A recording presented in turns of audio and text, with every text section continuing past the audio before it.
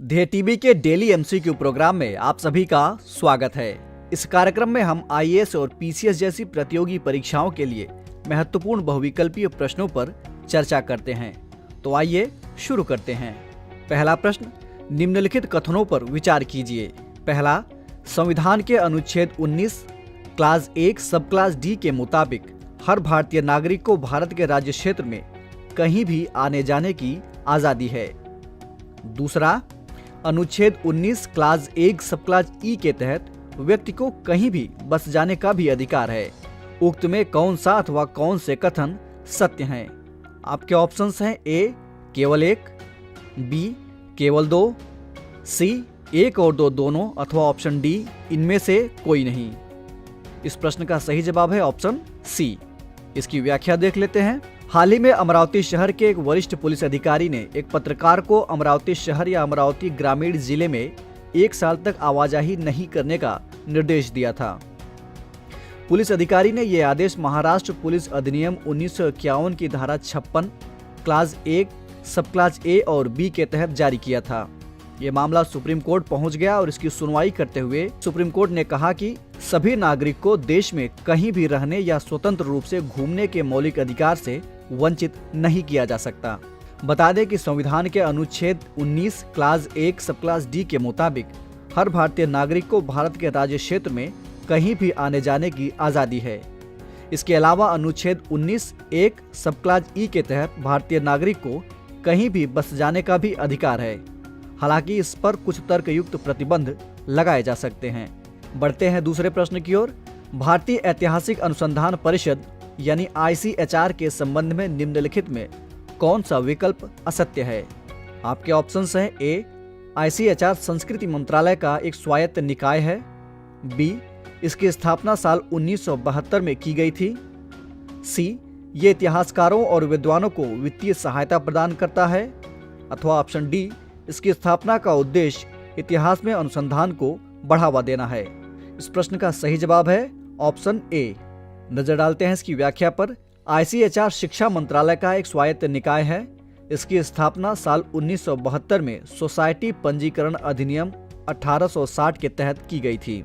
ये फेलोशिप, अनुदान और संगोष्ठी के माध्यम से इतिहासकारों और विद्वानों को वित्तीय सहायता प्रदान करता है। ICHR की स्थापना का उद्देश्य इतिहास में अनुसंधान को बढ़ावा देना, गति देना और समन्वय करना है। अभी हाल के दिनों में ये निकाय चर्चा में था। बढ़ते हैं अगले प्रश्न की ओर। PSLV के संबंध में निम्नलिखित कथनों पर विचार कीजिए। पहला, ये 4 स्टेज वाली लॉन्च व्हीकल है। दूसरा, इसकी पहली और तीसरी स्टेज में सॉलिड रॉकेट मोटर का इस्तेमाल होता है, जबकि दूसरी और तीसरी स्टेज में क्रायोजेनिक रॉकेट इंजन का इस्तेमाल होता है। उक्त में कौन सा अथवा कौन से कथन सत्य हैं? आपके ऑप्शंस हैं ए केवल एक, बी केवल दो, सी एक और दो दोनों, अथवा ऑप्शन डी इनमें से कोई नहीं। इस प्रश्न का सही जवाब है ऑप्शन ए। इसकी व्याख्या देख लेते हैं। देश में पहली बार इसरो के अलावा निजी कंपनियां भी अब पोलर सैटेलाइट लॉन्च व्हीकल बना सकेंगी। इसके लिए कॉन्ट्रैक्ट जारी किया जाएगा। लॉन्च व्हीकल के जरिए ही किसी सैटेलाइट को अंतरिक्ष में भेजा जाता है। भारत के पास 2 प्रकार के लॉन्च व्हीकल हैं। पहला पोलर सैटेलाइट लॉन्च व्हीकल यानी PSLV और दूसरा जियो सिंक्रोनस सैटेलाइट लॉन्च व्हीकल यानी GSLV। दोनों को भारतीय अंतरिक्ष अनुसंधान संगठन यानी इसरो ने तैयार किया है। PSLV 4 स्टेज वाली लॉन्च व्हीकल है। इसकी पहली और तीसरी स्टेज में सॉलिड रॉकेट मोटर का इस्तेमाल होता है, जबकि दूसरी और तीसरी स्टेज में लिक्विड रॉकेट इंजन का इस्तेमाल होता है।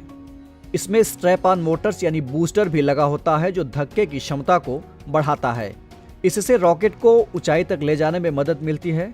भारत ने PSLV के जरिए चंद्रयान प्रथम, मंगल मिशन और IRNSS जैसे कई ऐतिहासिक मिशनों को लॉन्च किया है। बढ़ते हैं चौथे प्रश्न की ओर। अभी हाल ही में दिमासा नेशनल लिबरेशन आर्मी समाचार पत्रों की सुर्खियों में था। ये क्या है? आपके ऑप्शंस हैं ए तालिबान को काउंटर करने के लिए बनाया गया एक टास्क फोर्स, बी ये मलेशिया की राष्ट्रीय सेना का नाम है, सी पश्चिमोत्तर पाकिस्तान में सक्रिय एक आतंकवादी संगठन, अथवा ऑप्शन डी भारत के असम राज्य में सक्रिय एक उग्रवादी संगठन। इस प्रश्न का सही जवाब है ऑप्शन डी। इसकी व्याख्या देख लेते हैं। हाल ही में असम के दीमा हसाओ जिले में कुछ लोगों ने 7 ट्रकों में आग लगा दी। इससे 5 ड्राइवरों की जिंदा जलकर मौत हो गई। असम पुलिस को शक है कि इस घटना के पीछे दिमासा नेशनल लिबरेशन आर्मी यानी DNLA के सदस्यों का हाथ है। बता दें कि दिमासा नेशनल लिबरेशन आर्मी की स्थापना उग्रवादियों ने साल 2019 में की थी। ये संगठन दिमासा आदिवासियों के लिए एक स्वतंत्र देश चाहता है। इसके प्रमुख का नाम नाइसो दाओ दिमासा और सचिव का नाम खिरमान दाओ दिमासा है। ये उग्रवादी संगठन असम के दिमा हसाओ और पश्चिमी कॉर्बी आंगलांग जिले में एक्टिव है। बढ़ते हैं 5वें प्रश्न की ओर। मिल्क क्रेट चैलेंज के संबंध में निम्नलिखित में असत्य विकल्प का चयन कीजिए। आपके ऑप्शंस हैं ए, इस चैलेंज के तहत मिल्क प्लास्टिक क्रेट से एक ऊंचा पिरामिड बनाया जाता है।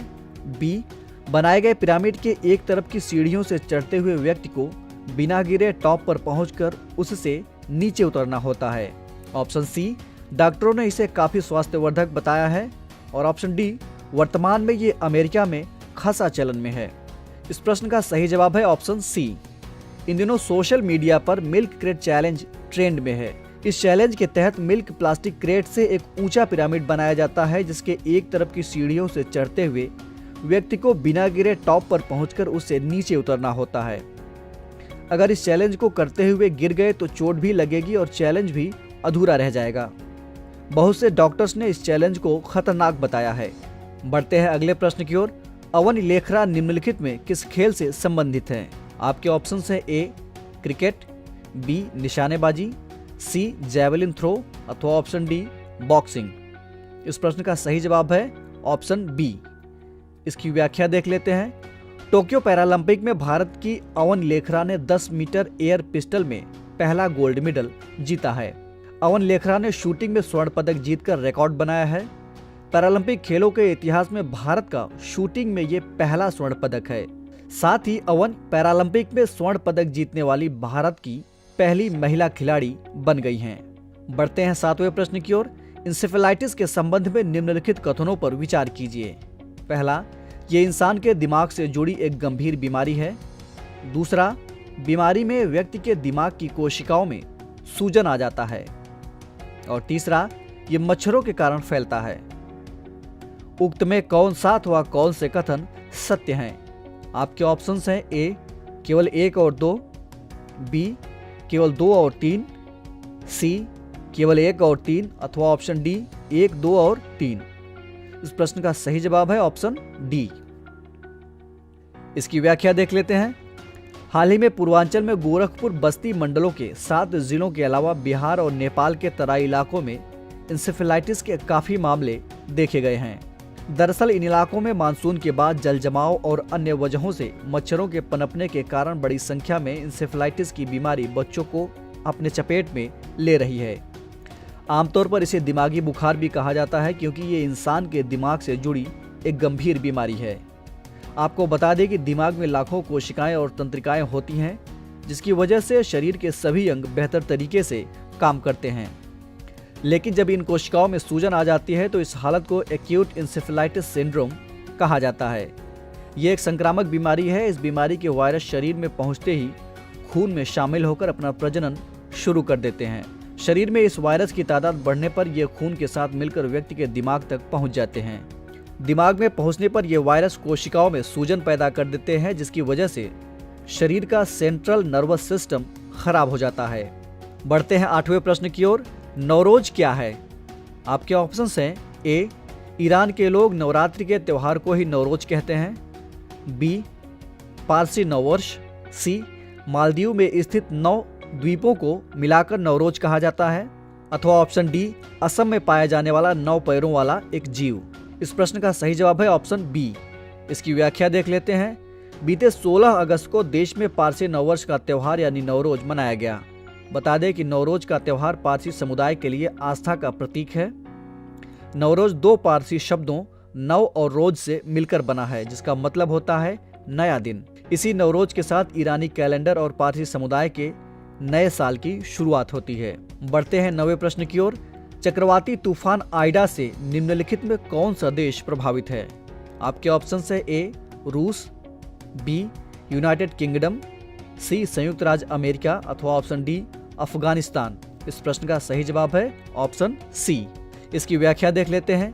अमेरिका के लुइसियाना प्रांत में चक्रवाती तूफान आइडा ने दस्तक दे दी है, जो कि लेवल 4 का तूफान है। तूफान के लेवल 4 का होने का मतलब उसका महाविनाशकारी होना है, यानी यह तूफान अमेरिका में भयानक तबाही मचा सकता है। तूफान के खतरे को देखते हुए हजारों लोगों को आपातकालीन स्तर पर सुरक्षित स्थानों पर पहुंचाया जा रहा है। यह तूफान मैक्सिको की खाड़ी से उठा है। बढ़ते हैं कार्यक्रम के अंतिम प्रश्न की ओर। हंटर कमीशन निम्नलिखित में किससे संबंधित है? आपके ऑप्शंस है ए केंद्र राज्य संबंध, बी जलियांवाला बाग हत्याकांड, सी बैंकों की स्वायत्तता से संबंधित, अथवा ऑप्शन डी उपर्युक्त में से कोई नहीं।